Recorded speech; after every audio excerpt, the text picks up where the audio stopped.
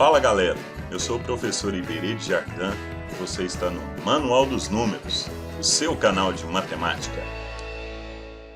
A geometria analítica está fundamentada na ideia de representar os pontos no plano cartesiano através de pares ordenados de números reais, lembrando que esses pares ordenados estarão escritos na forma x e y, né? Pares porque são dois valores e ordenados porque a ordem é importante.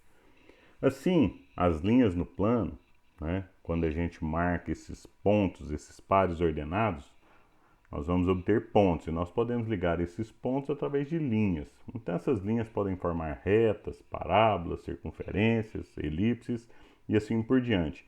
Lembrando que cada uma delas são descritas por meio de equações. É lógico que cada qual com a sua característica. Então, a princípio, nós podemos dizer que a geometria analítica seria a integração da geometria com a álgebra. O referencial na geometria analítica é o sistema cartesiano ortogonal. Dois eixos reais perpendiculares entre si determinam um único plano denominado de plano cartesiano. Então, no nosso plano cartesiano, nós temos o eixo x, que é o eixo horizontal, também chamado de eixo das abscissas. E nós temos aqui na vertical o eixo y, chamado de eixo das ordenadas. A gente fala que eles são perpendiculares porque formam entre si um ângulo de 90 graus. Associa-se à interseção desses dois eixos o número zero, que será a origem do sistema. Então aqui, ó, que nós determinamos aqui, denominamos como ponto O, é a origem. O x vale zero e y também vale zero. Um ponto qualquer desse plano é identificado por suas coordenadas. Então nós temos um ponto P, que vai ser representado pela abscissa, que é o valor de x, e a ordenada, que é o valor de y. Os eixos x e y chamam-se eixos coordenados e dividem o plano em 4 regiões chamadas quadrantes. Então nós começamos aqui com o primeiro quadrante e seguimos no sentido anti-horário. Se vocês observarem, coloquei aqui, ó, entre parênteses os sinais. O que significa isso? Nesse primeiro quadrante, o valor de x vai ser positivo e o de y também vai ser positivo. No segundo quadrante, o valor de x é negativo, o y positivo.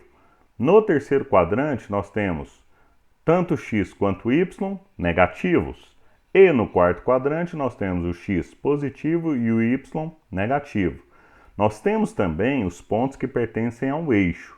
Então, quando vai acontecer isso? Se você tiver a ordenada dele, né, o valor de y0, aí você vai ter um ponto que pertence ao eixo x.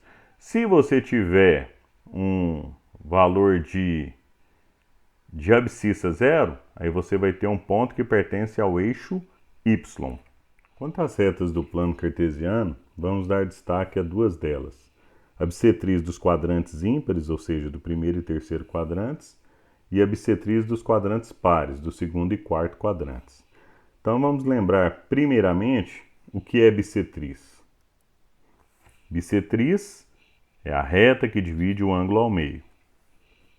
Então é o seguinte, nessa bissetriz aqui do primeiro e terceiro quadrantes, o R é a reta que é bissetriz desses quadrantes. Divide aqui, ó, o ângulo em dois ângulos de mesma medida, dois ângulos congruentes. Então o que acontece? Eu tenho um ponto A ali de coordenada XA e YA, e ela pertence justamente a essa reta R, que é bissetriz desses quadrantes. O que significa isso? Que nós teremos sempre um par ordenado em que x é igual a y. Então, se a gente observar a própria ilustração, nós veremos aqui, ó. Nesse ponto aqui, eu tenho x valendo 4, né? Minha abscissa 4, minha ordenada, que é o valor de y, 4. Nesse outro ponto aqui, o x valendo 2, o y valendo 2, e assim sucessivamente.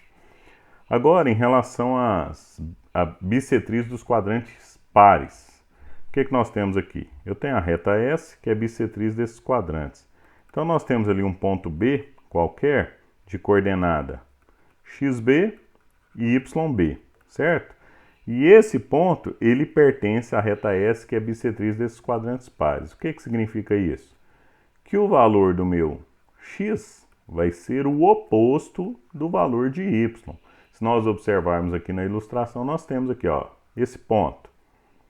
O valor da abscissa, menos 4. O valor da ordenada, o oposto dele, que é 4.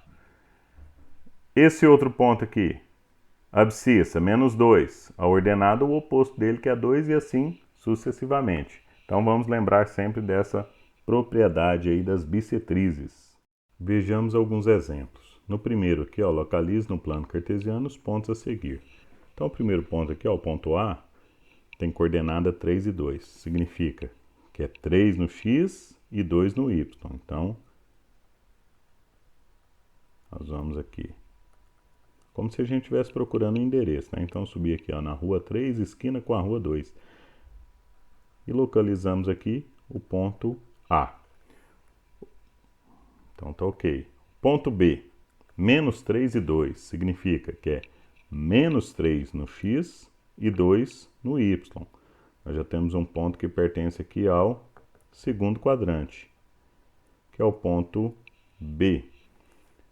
O ponto C, de coordenada menos 2 e menos 3. Então, menos 2 é a minha abscissa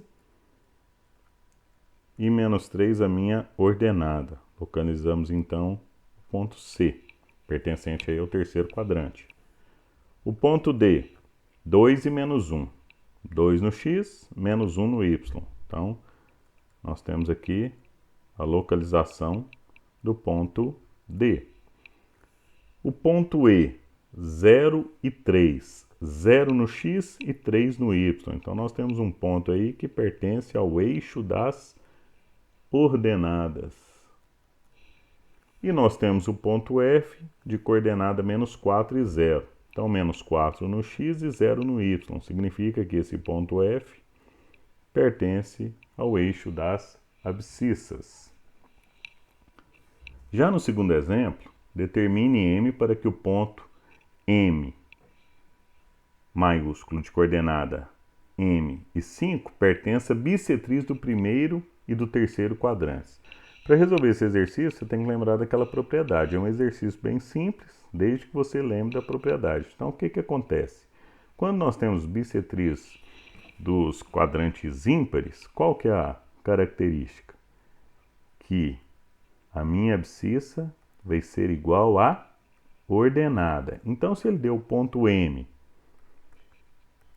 e já me deu a ordenada, que é 5, obrigatoriamente, se ela pertence à bissetriz do primeiro e terceiro quadrantes, o meu X também tem que ser 5. A minha abscissa tem que ser 5. E ele quer que esse ponto pertença à bissetriz do segundo e quarto quadrantes. Qual que é a propriedade da bissetriz do segundo e quarto quadrantes, dos quadrantes pares? É que o valor de X é o oposto de Y.